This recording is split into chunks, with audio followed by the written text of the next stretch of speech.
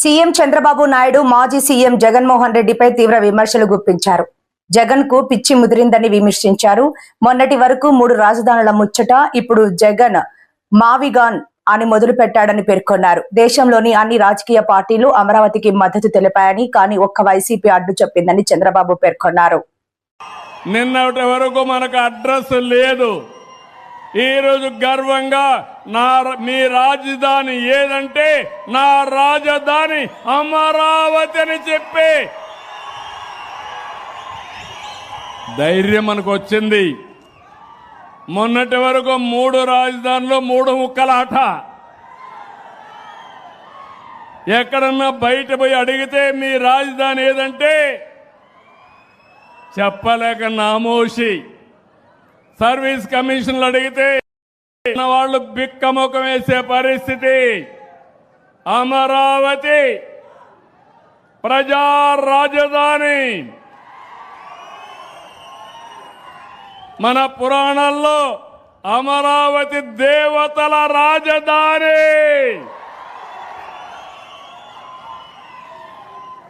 అలాంటి రాజధాని ఒకటే మీకందరికీ విజ్ఞప్తి చేస్తున్నా. తెలుగు ఆంధ్రప్రదేశ్ రాష్ట్రానికి ఒకే రాజధాని, అదే అమరావతి. దేశమంతా మనతో నిలబడ్డారు. అన్ని రాజకీయ పార్టీలు సపోర్ట్ చేశారు.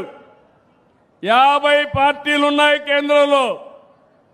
రాజ్యసభ, లోకసభ 2 సభల్లో కలిసి 50 పార్టీలకు ప్రాతినిధ్యం ఉంది. 49 పార్టీలు సపోర్ట్ చేశారు. ఒకే ఒక పార్టీ దిక్కుమాలిన పార్టీ. ఏ పార్టీ అది?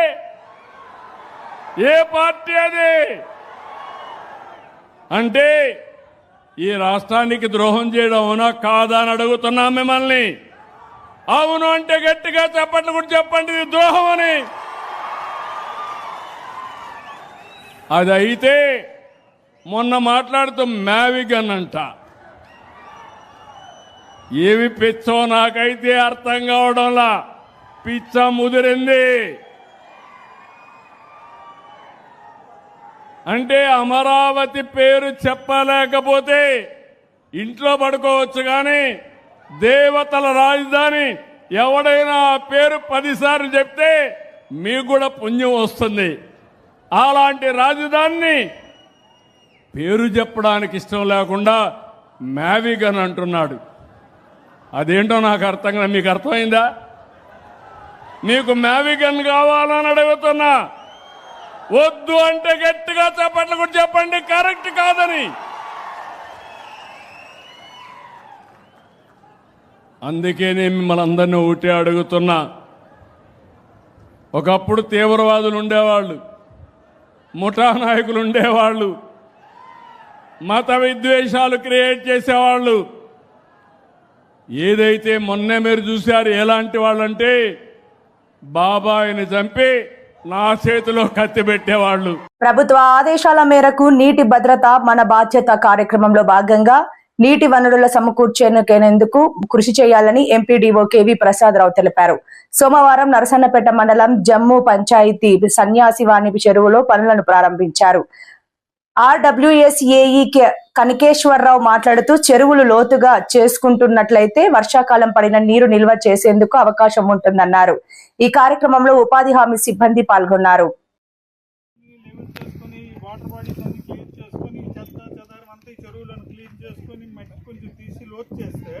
వర్షకాలంలో నిండితే రాబోయే రోజుల్లో మనకి ఏ ఇబ్బంది ఉండదు. వాటర్ లెవెల్ ఏమో ఒక 1.5 మీటర్ వరకు పెరగడానికి ఉంది. మీటర్ అయినా మినిమం పెరిగేటట్టు చూసుకోవాలి. ఈనాటి కార్యక్రమానికి విచ్చేసినటువంటి ఎంపీడీఓ గారికి మరియు నీటి సంఘ అధ్యక్షులకి మరియు లోకల్ అధ్యక్షులకి అందరికీ నమస్కారాలు. ఈ కార్యక్రమం ఏమిటంటే నీటి భద్రత. నీటి భద్రత అంటే రాను రాను అంటే నీరు విలువ ఏంటంటే ఎప్పుడు తెలుస్తుందంటే మనకి ఆ నీరు లేనప్పుడే మనకు విలువ తెలుస్తుంది. దీనికే మన గౌరవ ముఖ్యమంత్రి వర్యులు అనంతపురం జిల్లాలో ఈ నీటి భద్రత కార్యక్రమం అనేది స్టార్ట్ చేశారు ఈరోజు. ఈ కార్యక్రమంలో ఏంటంటే మనకి ఏవైతే చెరువులు ఉన్నాయో వాటిని అన్నింటినీ పునరుద్ధరిస్తాం. అంటే ఈ చెరువులో నీరు నింపితే మనకి గ్రౌండ్ వాటర్ అనేది పెరుగుతుంది. దీనికోసం నీటి సంఘాలు అనేవి ఉన్నాయి. ప్రతి విలేజ్లోనూ ప్రతి మండలంలోనూ నీటి సంఘాలు అనేది ఉన్నది. అక్కడ నీటి సంఘాల వాళ్ళు ఏం చేస్తారంటే వాళ్ళు టీసీలు కూడా ఉంటారు. వీళ్ళు యాక్టివ్గా పార్టిసిపేట్ చేసి ఈ చెరువులన్నీ ఐడెంటిఫై చేసి వాటికి ఏవేవైతే మరమ్మతులు కావాలో వాటిని ఎన్ఆర్ఈజీఎస్లో ఇప్పుడు ఉపాధి హామీలో కానీ వేరే వేరే నిధుల్లో మనకు గౌరవ కలెక్టర్ గారు మనకు శాంక్షన్ ఇస్తారు.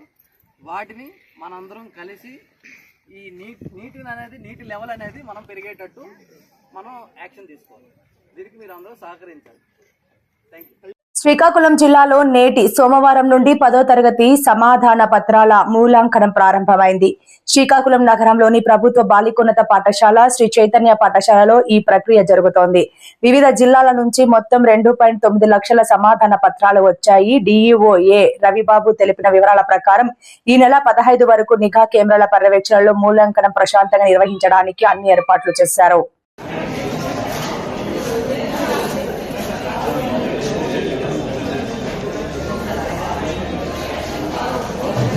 English hall, sir, meeting hall. English meeting hall. నీటి సంరక్షణ బాధ్యతను ప్రతి ఒక్కరూ ఒక యజ్ఞంలా చేపట్టాలని ఎమ్మెల్యే మామిడి గోవిందరావు సూచించారు. సోమవారం పాతపట్నం మండల కేంద్రంలోని ఎర్ర చెరువు వద్ద అభివృద్ధి పనులను ఆయన ప్రారంభించారు.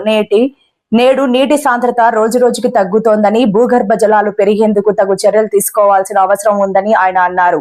చెరువులను లోతుగా పరిశుభ్రంగా చేసుకుంటే వర్షపు నీటిని ఒడిసి పట్టుకోవచ్చని వివరించారు.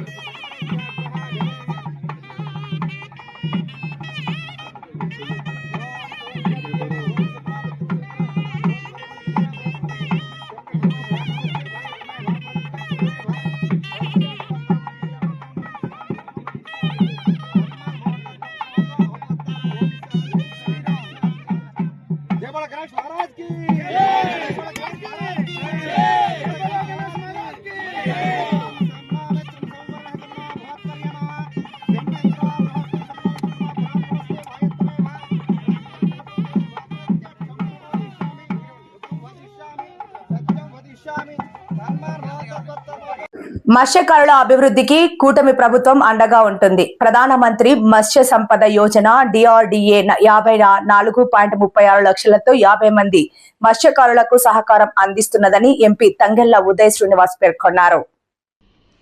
కూటమి ప్రభుత్వంలో మత్స్యకారులకు అండగా ఉంటూ వారికి అన్ని విధాల అభివృద్ధికి తోడ్పడుతూ ముందుకు వెళ్తున్నానని ఎంపీ తంగెళ్ల ఉదయ శ్రీనివాస్ పేర్కొన్నారు. కాకినాడ రూరల్ మండలం సూర్యరావుపేట గ్రామం ఆర్ఎన్బి గెస్ట్ హౌస్ వద్ద ఎమ్మెల్యే పంతం నానాజీ ఆధ్వర్యంలో ఏపీ మత్స్యశాఖ ప్రధానమంత్రి మత్స్య సంపద యోజన డిఆర్డిఏ కలయికలో 54.36 లక్షల నిధులతో కాకినాడ రూరల్ కరప మండలం కొత్తపల్లి మండలానికి చెందిన 50 మంది మత్స్యకారులకు 26 ఇంజన్లు, 14 వలలో 5 ఫైబర్ బోట్లు, 3 ఆటోలు, 2 ఐస్ బాక్సులు పంపిణీ చేశారు. ఈ సందర్భంగా ఎమ్మెల్యే కర్రి పద్మజ, మాజీ మంత్రి చిక్కాల రామచంద్రరావు, మాజీ ఎమ్మెల్యే పిల్లి అనంతలక్ష్మి సత్యనారాయణమూర్తిలు పాల్గొన్నారు. అనంతరం ఎంపీ, ఎమ్మెల్యేలు మాట్లాడుతూ మత్స్యకారుల జీవన ప్రమాణం ఆదాయం పెంచేందుకు ప్రధానమంత్రి సంపద యోజన పథకం కింద దేశవ్యాప్తంగా 21,000 కోట్ల రూపాయలు వెచ్చించారన్నారు. లబ్ధిదారులపై ఆర్థిక భారం పడకుండా 60% వాటా సొమ్మును డిఆర్డీఏ అందిస్తుందని, 40% రాయితీని ప్రభుత్వం ఇస్తుందని అన్నారు. మత్స్యకారుల కోసం ఫిషింగ్ హార్బర్ అభివృద్ధి, మౌలిక సదుపాయాల కల్పన కొరకు 72 కోట్లు నిధులు మంజూరు చేయించినట్లు తెలిపారు. ఈ కార్యక్రమంలో కూటమి నాయకులు పెంకే శ్రీనివాసబాబా, చప్పిడి వెంకటేశ్వరరావు, నులుపూర్తి వెంకటేశ్వరరావు, రంభాల వెంకటేశ్వరరావు, సోది ముసలయ్య, మత్స్యకార శాఖ జీడీవి కృష్ణారావు, ఏడి లావణ్య, ఎఫ్టీఓలు మధుబాబు, నూకరాజు, ఉమామహేశ్వరరావు, గోపి రామకృష్ణ, జనసేన నాయకులు, సిబ్బంది తదితరులు పాల్గొన్నారు. నాయకులందరి సమక్షంలో ఈరోజు మత్స్యకారులకి ప్రధానమంత్రి మత్స్య సంపద యోజనలో వచ్చే సబ్సిడీ బోట్స్ కానివ్వండి, ఇంజిన్స్ కానివ్వండి, ఆటోలు కానివ్వండి, ఐస్ బాక్సెస్, నెట్స్ ఇవన్నీ కూడా ఇవ్వడం జరుగుతుంది. అంటే నార్మల్ రెగ్యులర్ ప్రోగ్రాంలకు కాకుండా 40% ప్రధానమంత్రి మత్స్య సంపద యోజన నుంచి వచ్చే సబ్సిడీతో పాటు డిఆర్డీఏ నుంచి ప్రీమియం అమౌంట్ కట్టే విధంగా మొత్తం అంటే మత్స్యకారుల సోదరులకి అంటే భారం అనేది పడకుండా total almost 100% free, 90 to 100% free అయిపోయే విధంగా ఈ సబ్సిడీని వినియోగించుకునే విధంగా కాకినాడ రూరల్ నియోజకవర్గంలో చేస్తూ జరిగింది. సో దీని అందరికీ కూడా మత్స్యకార సోదరులందరూ కూడా పాల్గొన్నారు. సో ఎమ్మెల్యే గారి సమక్షంలో మొత్తం అందరికీ కూడా ఈ డిస్ట్రిబ్యూట్ చేయడం జరిగింది. మత్స్యకారులకి ఆల్రెడీ ఈ కూటమి ప్రభుత్వం వచ్చిన తర్వాత ప్రధానమంత్రి గారు ఈ స్కీమ్లో అండ్ చంద్రబాబు నాయుడు గారు, పవన్ కళ్యాణ్ గారి నాయకత్వంలో ఓన్లీ ఫిషర్మెన్ బెనిఫిట్స్ కోసం, వెల్ఫేర్మెంట్ కోసం, అప్లిఫ్ట్మెంట్ కోసం ఇప్పటివరకు 21,000 కోట్ల రూపాయలు దేశవ్యాప్తంగా ఇవ్వడం జరిగింది. అలాగే మన రాష్ట్రానికి సుమారు 2,200 కోట్లు, మన జిల్లాకు కూడా కొన్ని వందలాది కోట్ల రూపాయలు అంటే డీజిల్ సబ్సిడీ విషయంలో కానివ్వండి, లేకపోతే ఇన్సూరెన్స్ విషయంలో కానివ్వండి, పెన్షన్ విషయంలో కానివ్వండి, వేట నిషేధంలో వేసే 20,000 రూపాయల దగ్గర నుంచి కానివ్వండి, అన్ని రాష్ట్ర గవర్నమెంటు అండ్ కేంద్ర ప్రభుత్వం రెండూ కూడా కలిసికట్టుగా ఉండి ఈ ఫిషర్మెన్ అప్లిమెంట్ కోసం పనిచేస్తూ ఉంది. అందులోని ముఖ్యంగా మా అధినేత పవన్ కళ్యాణ్ గారు కూడా, ఎమ్మెల్యే గారు కూడా కోరిన ప్రకారం ఈ పదే వెళ్ళినప్పుడల్లా మనం అడగటం, వాళ్ళని రిక్వెస్ట్ చేసుకోవటం, మినిస్టర్ గారికి ప్రపోజల్ పెట్టుకోవటం, అలా చేయటం వల్ల ఇదే స్కీమ్లో మనం 72 కోట్ల రూపాయలు హార్బర్ అప్లిఫ్ట్మెంట్ కోసం కూడా మనం తీసుకురావడం జరిగింది. అంటే దాన్ని మెరుగుపరిచే విధంగా ఇంటర్నల్ రోడ్స్ కానివ్వండి, డ్రైనేజ్ కానివ్వండి, బర్త్స్ కానివ్వండి, కోల్డ్ స్టోరేజ్ కానివ్వండి, ఇవన్నిటిని అభివృద్ధి చేసే విధంగా, ఇంకా మెరుగు చేసే విధంగా కేంద్రం నుంచి 72 కోట్ల రూపాయలు తీసుకురావడం జరిగింది. దానికి సహకరించిన మన ఎమ్మెల్యే గారు కానివ్వండి, దీనికి నాకు ఎప్పుడు హెల్ప్ఫుల్గా ఉన్న మా అధినేత పవన్ కళ్యాణ్ గారికి కూడా ఈ సందర్భంగా నేను కృతజ్ఞతలు తెలుపుకుంటూ ఇంత చక్కటి అవకాశం ఇచ్చే అవకాశం వచ్చినందుకు మీ అందరికీ కూడా ధన్యవాదాలు తెలుపుకుంటాను. Thank you. చరిత్రలో ఏనాడు లేని విధంగా గౌరవ ముఖ్యమంత్రి వర్యులు నారా చంద్రబాబు నాయుడు గారు, అలాగే ఉప ముఖ్యమంత్రి వర్యులు పవన్ కళ్యాణ్ గారి యొక్క ఆధ్వర్యంలో మత్స్యకారుల పట్ల ప్రత్యేకమైన ఒక శ్రద్ధ కనపరిచి, ఇప్పుడు మనం మల్లాడి స్వామి గారి టైం ఎప్పటి నుంచి చూస్తూ ఉన్నాం. మనం 20% సబ్సిడీల దగ్గర నుంచి 10% సబ్సిడీల నుంచి మత్స్యకారులకు ఎప్పుడు ఇస్తూ ఉంటుంటారు. అది 40-50% స్థాయి దాకా ఈ రోజు దాకా తీసుకెళ్లారు. ఈవేళ చంద్రబాబు గారి నాయకత్వాన్ని ఈవేళ జరుగుతున్నటువంటి ఈ కార్యక్రమంలో 100% సబ్సిడీ అన్నది మత్స్యకారులు ఉపయోగించే సామాన్లు ఏదైతే ఉంటాయో, వేటకెళ్ళినప్పుడు ఉపయోగించే బోట్లు కానీ, తర్వాత వలలు కానీ, ఇంజిన్లు కానీ, అలాగే రేపొద్దుట ఐస్ బాక్సులు వచ్చిన తర్వాత సరుకులు నిల్వ చేసుకోవడానికి ఐస్ బాక్సులు కానీ, ఆటో ట్రాన్స్పోర్టేషన్కి ఆటోలు కానీ, ఇటువంటి డీజిల్ కానీ, ఆటో కానీ, ఇటువంటి కూడా ఇవన్నీ కూడా పూర్తి స్థాయి 100% సబ్సిడీతో ఈవేళ డిఆర్డీఏ 60% పెట్టుకుని 40% ఫిషరీస్ డిపార్ట్మెంట్ పెట్టుకుని 100% సబ్సిడీతో కాకినాడ రూరల్కి ఇచ్చినందుకు ముఖ్యంగా ముఖ్యమంత్రి గారికి, ఉప ముఖ్యమంత్రి గారికి ధన్యవాదాలు తెలియజేసుకుంటా ఉన్నాను. అలాగే మొదటి నుంచి కూడా ఈ కూటమి ప్రభుత్వం వచ్చిన దగ్గర నుంచి మత్స్యకారుల పట్ల చాలా అభిమానంతో ఉన్నాను. ఎందుకంటే ఎలక్షన్ ముందు కూడా మత్స్యకారులు మా వెనకాల నిలబడ్డారు, మా ముందు ఎలక్షన్ నడిపించారు. ఈవేళ మేము పట్టం కట్టడానికి ప్రధాన కారకులు ఒకరైనటువంటి మత్స్యకారులు ఈవేళ ప్రధానమైన కారకులు ఒకరు కాకినాడ రూరల్లో మరీ ప్రత్యేకంగా చెప్తా ఉన్నాం. ఈవేళ ఇస్తూ ఉన్నారు, నెలకి ప్రతి లబ్ధిదారికి 2,700 రూపాయలు చొప్పున ఎవరికైతే ఉన్నారో డీజిల్ ఆయిల్కి 300 లీటర్ల చొప్పున ఇచ్చి సబ్సిడీ అందిస్తూ ఉంది. అలాగే నియోజకవర్గంలో 467 బోట్లకి 2,26,00,000 రూపాయలు ఇవ్వడం జరిగింది. అట్లాగే 5,530 మందికి మత్స్యకారు భరోసా కింద 20,000 చొప్పున 11 కోట్లు 1 లక్ష రూపాయలు పైన ఇవ్వడం జరిగింది. మొదటి తుఫాన్లో మీరు అంతా చూసే ఉంటారు. 5,200 కుటుంబాలకి ఎవరైతే 3 రోజులు ఇబ్బంది పడ్డారో, 4 రోజులు పనిలోకి వెళ్ళలేని పరిస్థితిలో ఉన్నారో వాటి ప్రతి కుటుంబానికి వీళ్ళు వాళ్ళని చూడకుండా ప్రతి కుటుంబానికి 5,200 కుటుంబాలకు గాను ప్రతి ఒక్క నిత్యావసర వస్తువులు 1,46,32,000 తోటి ఇచ్చినటువంటి ప్రభుత్వం ఇదే ప్రభుత్వం మొట్టమొదటిసారిగా ఇచ్చినట్టుగా చెప్తాను. అలాగే ఈవేళ ఈ ఉపకరణాలు ఏదైతే ఇస్తా ఉన్నామో 47 యూనిట్లు 49,59,000 పూర్తిగా ఉచితం. 19,53,000 ఫిషరీస్ ద్వారా ఇస్తే మిగిలిన 30,03,000 డిఆర్డీఏ ద్వారా మొట్టమొదటిసారిగా ఫిషర్మెన్ కమ్యూనిటీకి పూర్తిగా ఫ్రీగా ఇచ్చినటువంటి యూనిట్లు ఇచ్చినటువంటి ఏకైక ప్రభుత్వం మా చంద్రబాబు నాయుడు గారి, పవన్ కళ్యాణ్ గారి ప్రభుత్వం అని చెప్పడానికి గర్వంగా ఫీల్ అవుతా ఉన్నాను. అలాగే ముందు కూడా మేము మీ పట్ల అదే విశ్వాసంతో ఉంటాం. ఖచ్చితంగా మత్స్యకార జాతిని ముందుకు అభివృద్ధి రేపు చదువుల్లో కానీ వీటిల్లో కానీ ప్రత్యేకమైన ప్రిఫరెన్స్ ఇచ్చి వారి గురించి ప్రత్యేకమైన పాఠశాలలు పెట్టి ఆలోచనలో కూడా మేము ముందుకు వెళ్తా ఉన్నాం. ఇన్స్టిట్యూషన్స్ దీని మీద ఇంకా డీప్గా స్టడీ చేయవలసినటువంటి అనేక అంశాలు ఉన్నాయి. దాని మీద ఎంపీ గారు నేను నిన్న ఎయిర్పోర్ట్లో కూర్చొని చర్చించుకోవడం జరిగింది. దాని మీద మనకే తెలియనటువంటి అనేక రకాలైన అవన్నీ కూడా నెక్స్ట్ సెషన్స్ టైంలో వెళ్ళి అక్కడ కూర్చుని అవి తప్పకుండా అవన్నీ పట్టుకుని వస్తామని చెప్పి తెలియజేసుకుంటూ సెలవు తీసుకుంటాను. కాకినాడ జిల్లా కిర్లంపూడి మండలం శృంగాయనిపాలెం గ్రామంలో ఆదివారం జీవన అరుంధతి సంక్షేమ సేవా సంఘం ఆధ్వర్యంలో మాజీ ఉప ప్రధానమంత్రి డాక్టర్ బాబు జగజీవన్ రావు 119వ జయంతి వేడుకలు ఘనంగా నిర్వహించారు. ఈ వేడుకలకు ముఖ్య అతిథిగా డాక్టర్ బాబు జగజీవన్ రావు మరియు డాక్టర్ బిఆర్ అంబేద్కర్ విగ్రహాల దాత గ్రామ మాజీ సర్పంచ్ తిరుమల సత్యానందం ముఖ్య అతిథిగా పాల్గొని ముందుగా బాబు జగజీవన్ రావు డాక్టర్ బిఆర్ అంబేద్కర్ విగ్రహాలకు పూలదండలు వేసి నివాళులు అర్పించారు. ఈ సందర్భంగా గ్రామ మాజీ సర్పంచ్ ప్రముఖ వైద్యులు తిరుమల సత్యానందం మాట్లాడుతూ బాబు జగజీవన్ రావు జన్మస్థలం బీహార్ రాష్ట్రంలోని మారుమూల ప్రాంతంలో జన్మించి చిన్నతనం నుండి ఆయన స్వయం కృషి పట్టుదలతో ఉన్నత స్థానానికి చేరుకొని దేశ ఉప ప్రధానిగా ఎదిగిన మహనీయుడన్నారు. అదేవిధంగా ఆయన స్ఫూర్తితో బడుగు బలహీన వర్గాల యువత చదువులో ఉన్నత లక్ష్యాలు అందుకోవాలని సూచించారు. ఈ సందర్భంగా జీవన్ అరుంధతి సంక్షేమ సేవా సంఘం సభ్యులు ఆధ్వర్యంలో మాజీ సర్పంచ్ తిరుమల సత్యానందకి శాల్వాలు కప్పి పూలదండ వేసి ఘనంగా సన్మానించారు. ఈ కార్యక్రమంలో గండేటి డేవిడ్ రాజు, గండేటి తలుపులయ్య, పాలేటి రమణ, తోకల ఆనందరావు, పాలేటి రమేష్, గడ్డం వీరబాబు, గంటేటి మరియన్న, పాలేటి చిన్న, గ్రామస్తులు, మహిళలు, సంఘ సభ్యులు తదితరులు పాల్గొన్నారు.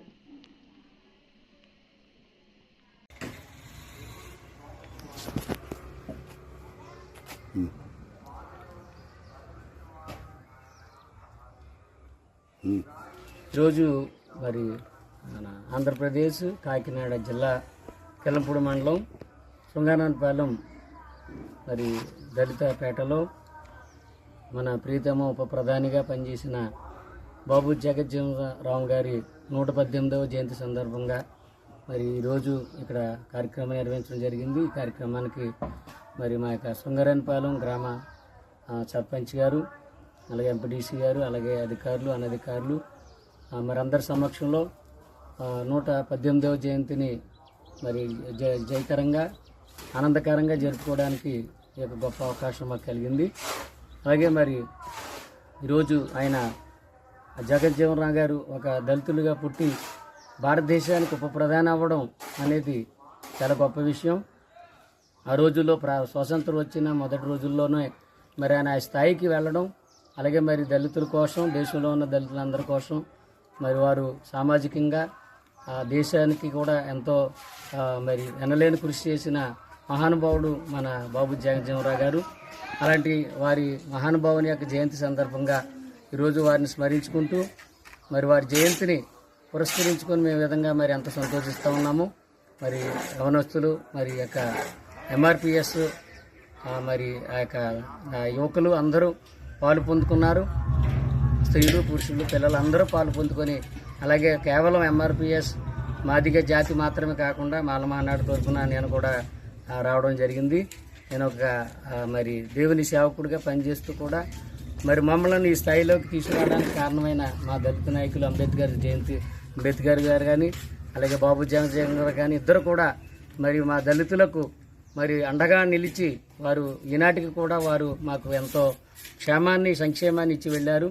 వారే లేకపోతే ఈరోజు ఈ స్థాయి ఉండేది కాదని కూడా నేను ఈ సందర్భంగా తెలియజేసుకుంటూ ఉన్నాను. అలాగే మరి మాదిగ దండోరా నాయకులు మందాకృష్ణ మాదిగారు కూడా మరి ఎస్సీ క్యాస్ట్ నుండి క్రైస్తవులుగా మారిన వారికి ఎస్సీ స్టేటస్ రద్దు చేయాలి అనే విషయమే కూడా చక్కగా వారు గళమెత్తి చక్కని వాయిస్ ఇవ్వడం జరిగింది. మరియు అందుకు మరి మందాకృష్ణ మాదిగారిని కూడా మేము ఎంతో అభినందిస్తున్నాము. వారు వెనకాల ఉండి వారు ఈ విషయంలో వారు చేసే ఉద్యమానికి మేము అందరం కూడా మరి మా వంతుగా దళితులందరూ 59 కులాల వారు కూడా వారు వెనకాల ఉండి మరి వారికి అండగా నిలబడతామని మరి వారు మాకు ముందుగా ఉండి నాయకుడిగా ఉండి ఈ విషయంలో కేంద్ర ప్రభుత్వాన్ని రాష్ట్ర ప్రభుత్వాన్ని మెడలు వంచి మరి వారి ఈ యొక్క దళితులు ఎప్పుడు కూడా దళితులుగానే ఉంటారు, మతానికి కులానికి సంబంధం లేదనే విషయాన్ని వారు చక్కగా మరి దేశమంతా ప్రపంచమంతా సాటి చెప్పగలిగారు. మరి అలాంటి నాయకులు మరి సమక్షంలో మేము అందరం కూడా మరి ఎస్సీ కులాల్లో ఉన్న 59 కులాలు వారి వెంట కాకినాడ జిల్లా కిల్లంపూడి మండలం సుంగరాయలపాలెం ఎస్సీపేటలో ఉన్న మన బాబు జగన్జీవన్ రావు గారి పుట్టినరోజు వేడుకలు ఘనంగా జరుపుకుంటున్న 118వ పుట్టినరోజు వేడుక మా కార్యకర్తలు, మా ఎస్సీపేట పెద్దలు, మీడియా మిత్రులు అందరూ విచ్చేసి మా పుట్టినరోజు వేడుకను జయప్రదం చేశారు. వారికి మా కృతజ్ఞతలు తెలుపుకుంటున్నాం. తర్వాత మా బాబు జగన్ గారి తొలి ఉప ముఖ్యమంత్రిగా చేసిన మంత్రిగా అని తొలి ఉప ప్రధాని చేసిన సేవలు అన్నీ గుర్తించుకుని మా జాతి ఎన్నో మరవని మేలు చేశారని మా తర్వాత సేవలు మరవకూడదని మా తరం తర్వాత మా తరాలు కూడా చేయాలని ఆయన అడుగుజాడలో నడవాలని కోరుకుంటున్నాం. కోర్టు ఆదేశాలను ధిక్కరించిన ఎంఆర్ఓ విఆర్ఓలు నా రెండో భార్యకు 35 సెంట్లు భూమిని దారాదత్తం చేశారు అంటూ భర్త గరగ వెంకట నాగేశ్వరరావు కలెక్టర్ కు PGRS లో ఫిర్యాదు చేశారు. ఇక వివరాల్లోకి వెళ్తే కాకినాడ జిల్లా పిఠాపురం మండలం గోకవాడ గ్రామంలో సర్వే నెంబర్ 54/7లో 35 సెంట్ల భూమిని నా రెండో భార్య లోవలక్ష్మి, మా తాతయ్య గరగ తిరుపతిరావు దానపట్టగా రాశారు. తర్వాత ఆమె తిరిగి నా తండ్రిపై, నా తల్లిపై, నాపై కేసులు పెట్టి జైలు పాలు చేయడంతో మా తాత వెంటనే దాన పెట్టాను క్యాన్సల్ చేశారని బాధితుడు గరగా వెంకట నాగేశ్వరరావు తండ్రి బ్రహ్మానందం తెలిపారు. ఈ సందర్భంగా వారు మాట్లాడుతూ కోర్టు మాకు తీర్పు మాకు అనువుగా రావడంతో మా చేలేకి వెళ్తే నాపై, నా రెండో భార్య తాలూకా మనుషులు నానిపై దాడులు చేసి నన్ను ఇబ్బందులకు గురి చేస్తున్నారని ఆవేదన వ్యక్తం చేశారు. నా మొదటి భార్యకు 3 పిల్లలు ఉన్నారని, నా తండ్రి తల్లిని నేనే చూసుకుంటున్నానని, నాకు ఏ ఆధారం లేదని, మా తాతగారు ఆస్తి మనవడికే చెందుతుంది కనుక కోర్టు తీర్పు ప్రకారం నా ఆస్తిని నాకు ఇప్పించవలసిందిగా కాకినాడ కలెక్టరేట్లో PGRSలో ఫిర్యాదు చేయడం జరిగిందని, నాకు న్యాయం చేయాలని వారు కోరారు. నా రెండో భార్య నన్ను వేధింపులకు గురిచేస్తూ బంధువులతో నన్ను బెదిరిస్తుందని, నాకు ప్రాణాపాయం ఉందని మీడియా ద్వారా నాకు న్యాయం చేయాలని కోరారు. అలాగే కోర్టు తీర్పును ధిక్కరించిన నా 2వ తారీఖు ఆన్లైన్ ద్వారా భూమిని ఇచ్చిన ఎంఆర్ఓ విఆర్ఓపై చర్యలు తీసుకోవాలని తెలిపారు. బ్రహ్మానందం అండి, అది గోకవాడ గ్రామం. అయితే నాకు కొద్దిగా పొలం ఉందండి నా ఊళ్ళో. మా నాన్నగారు మా కోళ్ళగారికి 35 సెంట్లు రాసిచ్చింది. మళ్ళీ మా నాన్నగారే గొడవలు పడుతున్నామని రద్దుపరుచుకుంటున్నారండి. రద్దు అయిపోయిన తర్వాత కూడా వాళ్ళు భూమి మీద రావడం కేసు మళ్ళీ 3 కేసులు పెట్టారండి. పిఠాపురం కోర్టులో 3 కేసులకి తిరిగామండి. ఇప్పుడు నాకు ఆ భూమి నాకు ఇప్పించాలండి. నాకు ఇప్పుడు మీరు కలెక్టర్ ఆఫీస్కి ఎందుకు వచ్చారు? మీరు భూమి నాకు రావాలండి. జడ్జిమెంట్ మాకే ఇచ్చారండి. మాకే ఇస్తే మాకు కాగితాలు దాచిచ్చారండి. కొన్ని దాచి మాకు ఏ రిపోర్టు అందకుండా మాకు ఎటువంటి న్యాయం చేయకుండా అలాగా కాలయాపన చేస్తున్నారండి. రెవెన్యూ వాళ్ళు ఎంఆర్ఓ గారు కదా, ఎంఆర్ఓ గారు కూడా ఇన్ని ప్రూఫ్స్లు ఇచ్చానండి మొన్న 2 నెలల క్రితం. అలాగనే చేయలేదండి. వాళ్ళు ఏదో అంటుంటే వాళ్ళ మాట మీద ఉంటున్నారండి. పేరు గరగ బ్రహ్మానందం అండి, మాది గోకవాడ గ్రామం. నాకు పొలం ఉందండి. ఆ పొలం అన్నీ రద్దు అయిపోయిన తర్వాత కూడా వాళ్ళు ఇంకా పేసీ పెడతా మమ్మల్ని బాధలు పెడుతున్నారండి. నా పొలం నాకు ఇప్పించవలసిందిగా కోరుతున్నాను. గరగా వెంకట నాగేశ్వరరావు అండి. నా రెండో భార్య నన్ను హింసించేస్తున్నారండి, చాలా బాధ పెడుతున్నారు. మా తాతగారిని ప్రలోభ పెట్టి బాధ పెట్టి 35 సెంట్లు రాసుకున్నారండి. 4 రకాల కేసులు డీవీసీ మనోతి అన్ని కేసులు పెట్టారండి. ఆ కేసులన్నీ అనుభవించాను, శిక్షలు కూడా పడ్డాయండి. అయినా కూడా మా తాతను బాధ పెట్టి ప్రలోభ పెట్టి 35 సెంట్లు గోకువాడ గ్రామం పల్లం జిరాయితీ భూమి 54/7లో రాయించుకున్నారండి. రాయించుకుని వెంటనే వాళ్ళు ఆ డాక్యుమెంట్ పట్టుకుపోయి మన ఎంఆర్ఓ సుగుణ గారు, మన విఆర్ఓ జి నరసింహమూర్తి గారు వాళ్ళని పట్టుకుని మరి ఎలా చేశారో తెలియదండి, మాకు మోసం చేశారండి, అన్యాయం చేశారండి. భూమి ఆన్లైన్లో ఎటువంటి డాక్యుమెంట్ లేకుండా ఉన్న 15 సెంట్లు కూడా ఎక్కించేసుకున్నారండి. మొత్తం 48 సెంట్లు అండి. ఇంక మేము ఎలా బతకాలండి? నా మొదటి భార్య నా వెనకాల ఉన్నారు, నా పిల్లలు, నాకు ఆధారం ఏదీ లేదండి. ఎన్నెన్నో కోర్టులు తిరిగాము, ఎన్నెన్నో శిక్షలు అనిపించి ఎన్నో వాళ్ళని హింసించేస్తున్నాను, ఫోన్ చేసి కొడతానంటున్నారు, చంపేస్తున్నానండి. మాకు ప్రాణహాని ఉందండి, మాకు ఏ మార్గం లేదు. మీరే అయ్యా కలెక్టర్ గారు, ఎంఆర్ఓ గారు, మా తండ్రి ఐపీఎస్, మన ఇన్స్పెక్టర్ గారు అందరూ మమ్మల్ని రక్షించాలండి. మాకు ఏ దారి లేదండి.